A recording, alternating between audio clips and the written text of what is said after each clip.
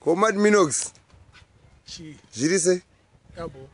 Ko chimbotaurira kanyaya yenyu yamunskandal yamakaita yemapicture yayi. Yemapicture. Yema screenshot kaye kuFinaz chichichi. Finaz ipi? Mukuiziva kaye kuti anzi amene zvangamuchiita muchi screenshot munhu amuchitonge mukukwira vanhu chichichi. Zvanzi ndaisvira kumbudzi. Finaz yanga isiri kumbudzi. Finaz yanga iri kutafara. Finaz yanga iri kwamuna March the 3rd. Tafara mapfumo. Yeah man. Anditika. Saka munhu akangoda ona udangopiwa attention yevanhu. Haida mbiri unongoza semunhu anongo inini ndiri munhu wesocial media. Ndiri munhu anozikanwa, ndiri munhu anonakirwa. Ndoita zvinhu sezvazviri. Ndoita zviripo. And I'm not ashamed. I'm not embarrassed. Ndini nandiripo pa screenshot iyo ndini. Anditika. Plus ndini munhu wacho ende ndiri weZanu PF don't forget. Fuck. Pamberi neZanu PF. Pasi nevai. Pasi. Yeah. Maizia. Saka ichi chihure chakatora zvima screenshot chakatanga kumhanyisa ma screenshot achida kuti zvitenge ameno zvandaita. Hapana kusvirwa munhu pai. Handisponsored inini. Handitore mavideo ndishira handite izvozvo. Handite izvozvo. Plus private business waise. Even ndakatora ndatora video yangu.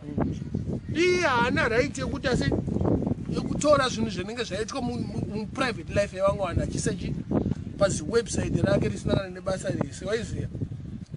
Kana munhu uchitaura kuti sexuality kuti asei uri busy kuona vanhu vachisvirana. You're pervert. Mukadziyo you're pervert. Urere kupedzisira. Ukutora zvinhu zviri kuitwa nevamwe vanhu mudzimba dzavo. Hana business chari zvikunetsa kuZimbabwe. Ndiko ku-UK uko. Ndiko ku-UK munhu akutotadza kana hana anoimba hapana nasong yake inozikanwa. Fuck.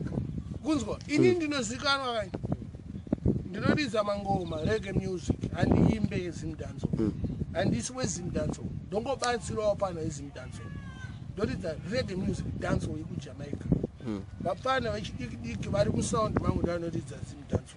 No promoter zimdanzo. Let's get that straight.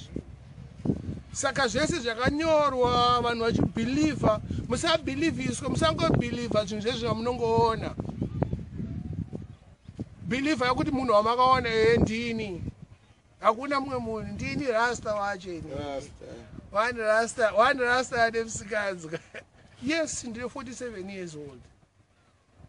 But ini ndine 47 yone makore mangani kuita musikanzwe ekuisa zvinhu zvakadaro pamhepo. Anozokuita zvekuisa. Mukadzi pamwe atori nevana vechikadzi vasikana. Vaizwe sha. Unzwa. Atsvaka mbiri we music yasikufana. Manje mbiri haitsvage neni because inini zita rake handibva ndakatotaura pavideo yangu. Ndinotaura zvangu.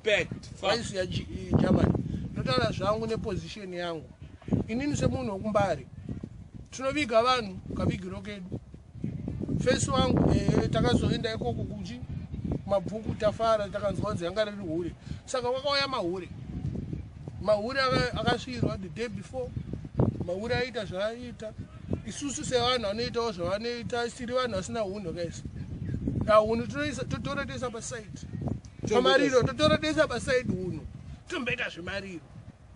Imbochemawo munhu wenyu kachemero kamunoita mumbotiratidzawo kuti munochema sei. I'm quite sure vanhu vazhinji vakatonakirwa nevideo iyi. Rasta kutoita mbiri shamwari. Hapana. Rasta ndakaita mbiri. Ndini Minox hakunyebati. Pama snapshot aya ndini zvangu. Because vanhu vakawanda vamwe vaitonditumira maclips acho vachitondiratidza kuti Minox chichi ndiwe here. Ndini. Hakuna mumwe munhu ndini. One munhu. Minox akazvimirira asikatembe nemukoma kana munin'ina. Handina kuti munin'ina wacho. Vakoma vangu vanototarisira kwandiri. Vanototembawo neni. Waiziya. Shamwari dzangu dzinototemba neni. Waiziya. Mbare kutori nevanhu ebhanchi vanhu vekumbari vanototemba neni ndo representa Mbare ndo kwandakazvarira. Let's represent zvandinoitira Mbare zvidiki, but kune vamwe vanhu zvitori zvihombe vaziva. Toisa Mbare pamepo tichibatsirawo pano nepapo apo. Kamwana kakashayawo mari yeschool fees zvakanzi Madminox une kana $10 tinovapa $10 iyo. Vakada kukudzorera ubva ngoti no, it's okay. You know what I mean? Kumafinas toita same thing. Takati kumafinas pamwe vachaziva. Kumafuneral pakanzi pashota mari yebox, pashota 200, unongobuditsawo 50 yako bwati pamidzirai tsvagai imwe, because wakada kuzobuditsa ese ndozoita ngeti ndakuuraya vanhu kazviite kani. Vasotanga wakuvhaira waziya. Hauzobuditsa 200 yese unobuditsawo mbichana kungobatsirana waziya. Iye munhu akatora masnapshot, chii chaakaita chekubatsira munhu? Hapana chaakaita jamani, ndikukutaurira hapana chaakaita. Ada kutoextorta vanhu hanzi $800 kuti zvinhu zvako tizvibise pawebsite. Ndani anobhadhira $800? $800 ihafu yemari yangu yetiketi kuti ndiende kuZimbabwe. Hapana. Ngazvigare zviripo izvozvo. Kutonditisa mbiri wakauramba ndakangoramba ndingori pawebsite pako ndikutoramba nditoite zimwe zimbiri. Big up yourself. Yeah, hands up. Yeah, big up yourself. Because kutori nevanhu vakaona ngosikandiziva kutondiziva nenyaya yesnapshot. Kunyebere chamani. True story. Kuambe snapshot waziya. Ananga kutokuziva mo waziya. Hapana. Kuna vanhu vakaona ngosikandomboziva kuti Rasta anoita nezvei. Godfrey Chafudzika anoita nezvei. Vakutoziva kuti kutori nemunhu anonzi Godfrey Chafudzika ane musikanzwa. Mudhara waana asara ane musikanzwa paZimbabwe. You know what I mean? Kune mamwe madhara but musikanzwa dzavo vanokipila mashanga mawaziya. But much love kuna uyu. Thanks for the publicity. Hakuna publicity. Bad publicity makes the news, shawani. Remember that. Wakatokanganisa. Wakatogonera neimwe engoro waziya. Big up himself. Ihure chimunhu icho. Big up yourself. Achina kana basa. You know, isati taure nemahure ndida zvemabhebhi. Wopo mabhebhi angu anoniziva kuti Madminox. Madminox ainakirwa waifara. Hapana kushirwa munhu. Ndangodonedza burugwa zvinhu zvabva zvafaya. Waziya? Hapana. Taidotinakirwa idu nevasikana. Kufuneral King Robbie, rest in peace King Robbie, anga ari MC wedu. Aitaura pamicrophone mupana angakadzikama anga nemutwin.